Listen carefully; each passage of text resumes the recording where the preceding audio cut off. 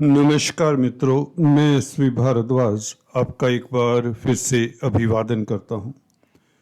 ज्योतिषी चर्चा में आज हम साप्ताहिक राशिफल में मकर राशि तथा मकर लग्न की चर्चा करने जा रहे हैं। ये आप लोगों के लिए एक सूचना है जो एस्ट्रोलॉजी सीखना चाहते हैं, उन्हें यह वेबिनार जरूर ज्वाइन करना चाहिए। तो दोस्तों, कल से लेकर 23 तारीख से लेकर 31 जनवरी तक कैसा रहेगा मकर राशि तथा मकर लग्न के लिए समय। गज केसरी राजयोग बन रहा है इस सप्ताह, और उससे भी बड़ी बात यह है कि चंद्रमा स्वग्रही होंगे। 25-26 तारीख को चंद्रमा स्वग्रही होंगे और फुल चंद्रमा होगा, फुल मून होगा। पूर्णिमा का दिन होगा 25 तारीख। तो निश्चित तौर से यह सप्ताह कुछ खास रहने वाला है। जानते हैं दोस्तों इस चर्चा से। दोस्तों, अगर आप फर्स्ट टाइम इस चैनल को देख रहे हैं तो आपको बताना चाहूँगा, इस चर्चा में हम चंद्रमा के गोचर के हिसाब से फलादेश बताते हैं, जिसमें ग्रहों और नक्षत्रों का प्रभाव समाहित करके यह राशिफल होता है। अंत में शुभ रंग, शुभ अंक, जेम स्टोन्स और उपायों की बात भी किया करते हैं। वास्तु टिप्स भी दिया करते हैं, जिसे देखना सुनना मत भूलें। तो चलिए शुरुआत करते हैं दोस्तों। चंद्रमा कल और परसों के दिन 23-24 तारीख मंगल और बुधवार को 6th हाउस में मिथुन राशि में रहेंगे।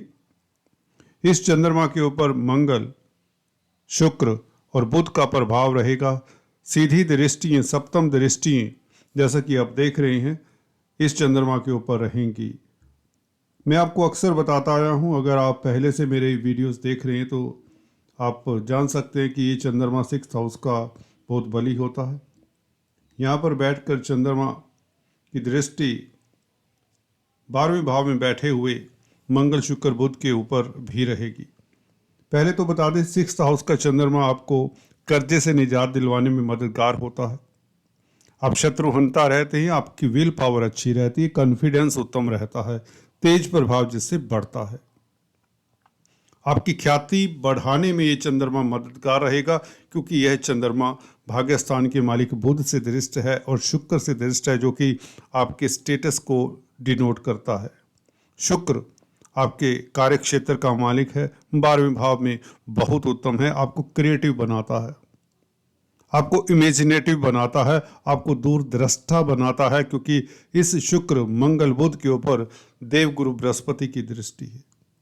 देखिए, जहाँ भी देवगुरु बृहस्पति का आशीर्वाद हो, निश्चित तौर से वह ग्रह या वह भाव शुभ फलदायी हो जाता है। हालांकि मंगल बुध का योग यदा कदा दिक्कत का सबब बन सकता है कुछ जातकों के लिए जिनके बुध या मंगल कमजोर हों। कोई चिंता की बात नहीं, क्योंकि गुरु की दृष्टि बहुत कल्याणकारी है। 23-24 तारीख खासकर हम जिसकी चर्चा कर रहे हैं, ये बहुत उत्तम रहेगी। कल कार्यस्थल के लिए उत्तम है। धर्म कर्माधिपति राजयोग विदेश में बन रहा है, 12वें भाव में बन रहा है। 12वां भाव विदेशों का है, तो विदेशों से आपको लाभ हो सकता है। विदेशों से इनकम का ग्राफ बढ़ने के योग बनते हैं। लव लाइफ उत्तम रहेगा। चंद्रमा का शुक्र के साथ संबंध हो, मंगल के साथ संबंध हो, तो आप पैशनेट रहेंगे। व्यापार के लिए समय उत्तम रहेगा, क्योंकि बुध के साथ संबंध है। बुध और चंद्रमा का स्थिति इस तरह का है कि आपको व्यापार में खास सफलता मिलती। 25-26 तारीख को चंद्रमा फुल मून, स्वग्रही और गज केसरी राजयोग, खास दिन रहेंगे। 25-26 तारीख प्रतिष्ठा बढ़ेगी, आपको कोई मुकाम हासिल हो सकता है। कोई महत्वपूर्ण घटना जिसका आपको इंतजार हो, वह घटने के पूर्ण योग 25 तारीख को खासकर। पूर्णिमा का दिन है, फुल मून है, स्वग्रही चंद्रमा हो, सप्तमेश सप्तम भाव में हो, तो आपका रोजमर्रा का आमदन बढ़ता है, आपकी इनकम का ग्राफ बढ़ता है। अगर व्यापारी हैं तो बहुत बेहतर दिन है। बिजनेस से खास लाभ होगा। भागीदारी में कामकाज करने वालों के लिए समय उत्तम रहेगा। लव लाइफ श्रेष्ठ रहेगा। मैरिज लाइफ, आपका वैवाहिक जीवन उत्तम रहेगा।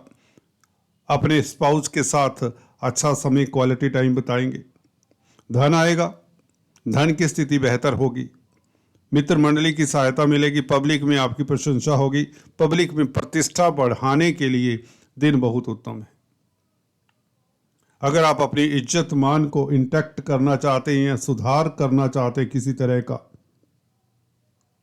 दोस्त मित्र मंडली में आपकी ख्याति बढ़ाने का बहुत सुनहरा अवसर है। फोर्थ हाउस से फोर्थ होता है क्योंकि सप्तम भाव, तो यह पब्लिक का भी घर है। अगर आप पॉलिटिक्स में हैं, राजनीति में हैं, तो कोई मीटिंग बनाई, कोई सेमिनार अरेंज करें। जो भी आप में कार्य कौशल है उसका मंचन करने के लिए, उसको उस टैलेंट को दुनिया में दिखाने के लिए, प्रदर्शन करने के लिए, बताने के लिए कि आप क्या हैं, बहुत उत्तम दिन है। क्योंकि आपका कॉन्फिडेंस उत्तम रहेगा। गज के सी राजयोग के कारण आपकी प्रतिष्ठा को चार चांद लगाता है, आपका डंका बजता है कहीं तो।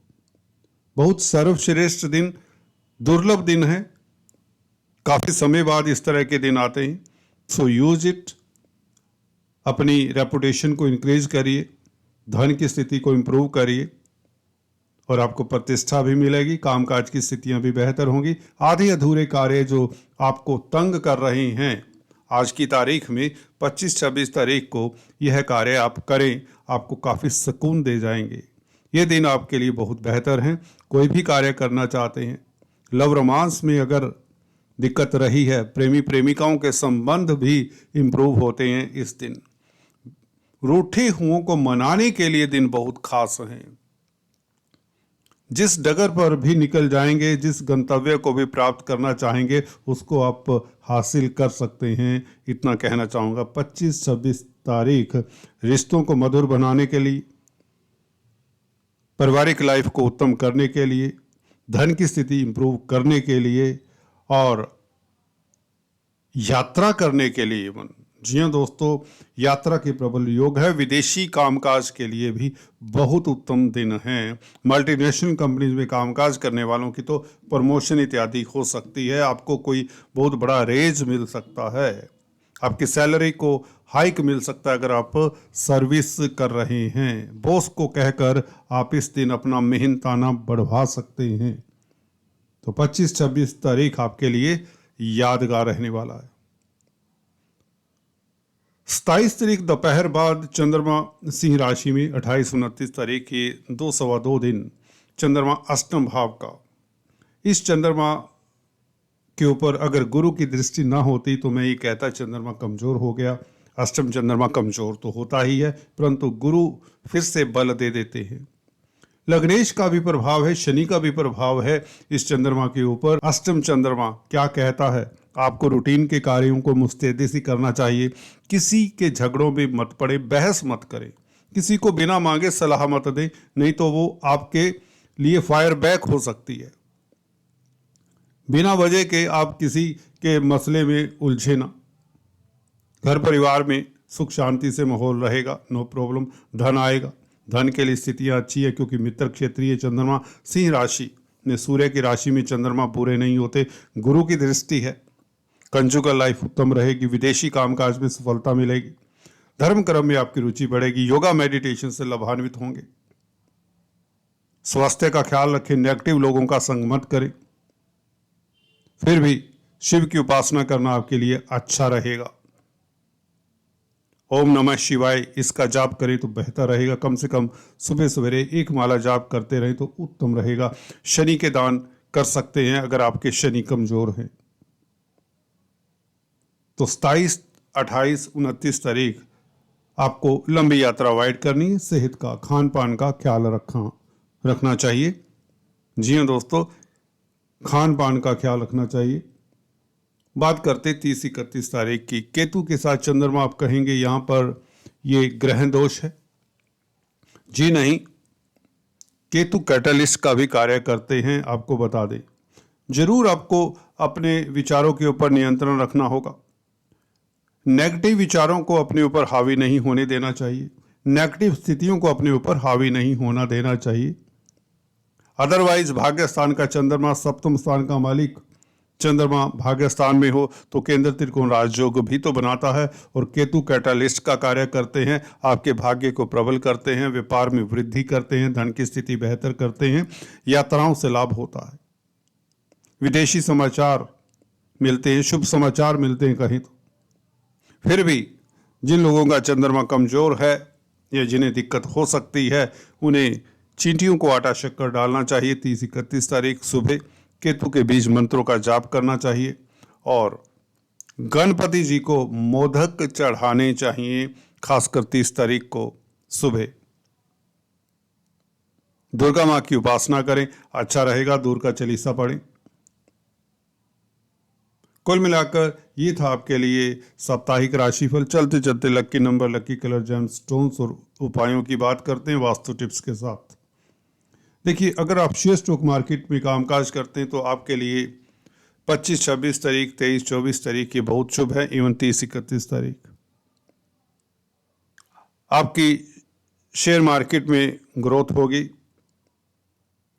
अगर कोई म्यूचुअल फंड्स में इन्वेस्ट करना चाहता है, प्रॉपर्टी में इन्वेस्ट करना चाहता है, तो शुभ समय है आपके लिए, कोई दिक्कत नहीं। आपके लिए लकी नंबर रहेगा दोस्तों 5, और लकी कलर रहेगा आपके लिए स्काई ब्लू। जेम स्टोन्स की बात हम अक्सर किया करते हैं, फर्स्ट टाइम जो इस चैनल को देख रहे हैं उनके लिए बता दें, आपके लिए जेम स्टोन्स नीलम बनता है, शनि का स्टोन है। दूसरा, शुक्र का स्टोन डायमंड बनता है। डायमंड का अल्टरनेटिव ओपल भी धारण कर सकते हैं, सब्स्टिट्यूट। और तीसरा पन्ना बनता है, जिसे एमराल्ड कहते हैं, बुध का स्टोन है, यह भी धारण कर सकते हैं। परंतु बुध का स्टोन तब ना धारण करें जब गुरु के साथ बुध हो कुंडली में, या 9th या 12th हाउस में बुध बैठे हों, या इवन तृतीय भाव में बुध बैठे हों, तो आपको पन्ना धारण नहीं करना चाहिए। गुरु की राशियों में या 9th 12th हाउस में जब बुध हों तो आपको पन्ना धारण नहीं करना चाहिए। वास्तु में दोस्तों नॉर्थ ईस्ट डायरेक्शन के हाउस की चर्चा जारी है। मैं अक्सर बताता आया हूँ, नॉर्थ ईस्ट डायरेक्शन का हाउस बहुत किस्मत वालों को मिलता है, परंतु किस्मत तब साथ नहीं देती जब नॉर्थ ईस्ट डायरेक्शन में आप बेडरूम या क्या बना लेते हैं, टॉयलेट, बाथरूम बना लेते हैं, और गंदगी, कूड़ा करकट, झाड़ू इत्यादि, पोचे इत्यादि इधर रखते हैं, अपने ब्रोम्स इधर रखते हैं, तो ये ऐसा मत करिए। नॉर्थ ईस्ट डायरेक्शन साफ सुथरी होनी चाहिए, बल्कि इधर पूजा रूम बनाएं। नॉर्थ ईस्ट डायरेक्शन में, नॉर्थ डायरेक्शन हो, ईस्ट डायरेक्शन हो या नॉर्थ ईस्ट हो, इस कोण में आपको, इस एरिया में पूजा का सामान, पूजा का मंदिर इत्यादि बनाना चाहिए। अगर आपका इधर टॉयलेट बाथरूम है तो उसे यूज मत करें, बेडरूम है तो उसे चिल्ड्रंस रूम में कन्वर्ट कर दें। साफ सफाई रखें, ग्रीनरी रखें इस एरिया में। आपकी मकर राशि है, मकर लगन है, तो इस एरिया में बांस का पौधा भी रख सकते हैं अगर बुध आपका अच्छी स्थिति में है, शत्रु राशि में नहीं है खासकर।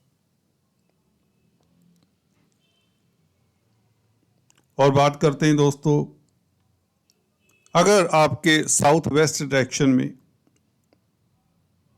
टॉयलेट हैं, बेडरूम्स हैं, तो ये घर आपके लिए अच्छा होगा। खासकर head of the family, male earning member, या इवन जो भी घर चलाता है, उसको साउथ वेस्ट बेडरूम में शयन करना चाहिए, उसका वह बेडरूम होना चाहिए। सोने का स्थान उसका साउथ वेस्ट का होना चाहिए, जो एक अच्छी नींद देता है। वैसे तो हर व्यक्ति के लिए जो बेडरूम्स होते हैं साउथ वेस्ट में ही होने चाहिए, टॉयलेट्स भी साउथ वेस्ट में ही होने चाहिए, साउथ या साउथ वेस्ट में। दोस्तों आज इतना ही, फिर से मिलेंगे, तब तक के लिए stay tune, do subscribe, like and share. Thanks for watching this video. God bless you all.